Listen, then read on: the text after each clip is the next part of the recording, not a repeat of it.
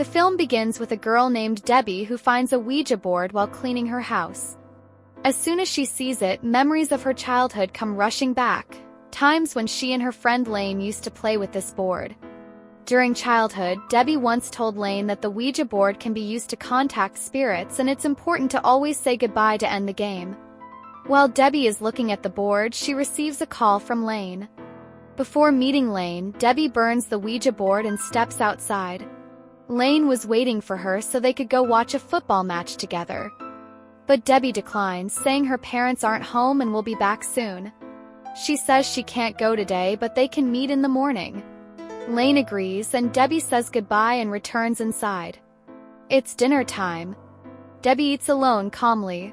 Suddenly, the door to the backyard opens. She gets startled but finds no one outside. She shuts the door and walks back to the kitchen, confused. There, she notices the stove is on, although everything was turned off earlier. As she turns the stove off, she hears a noise from upstairs.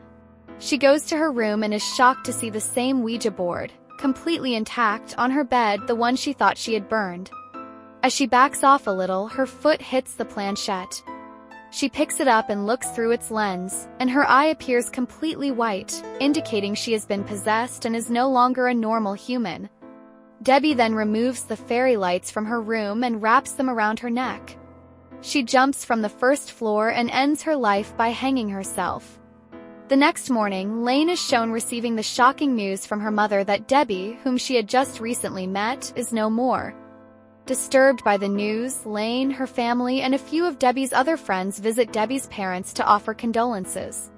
Lane, deeply affected, visits Debbie's room where she finds the Ouija planchette. Debbie's mom then gives Lane a box containing memories from their childhood, pictures, friendship bands, and old videos. Lane takes the box home and spends the night watching and remembering Debbie. The next day at school, Lane tells her friend that it still feels like Debbie is around, as if she wants to say something. She expresses a desire to talk to Debbie and sees the Ouija board as the only way. Lane decides to try the board with her sister Sarah and their friends Trevor, Pete, and Isabel. They choose to play it at Debbie's house, believing the chances of connecting with her are higher there. Lane retrieves the Ouija board and planchette from Debbie's room, and the group begins the game. Each person places their fingers on the planchette. They ask if there's anyone present besides them and to show a sign of presence. Curious about what happens next? Full video is linked in the description.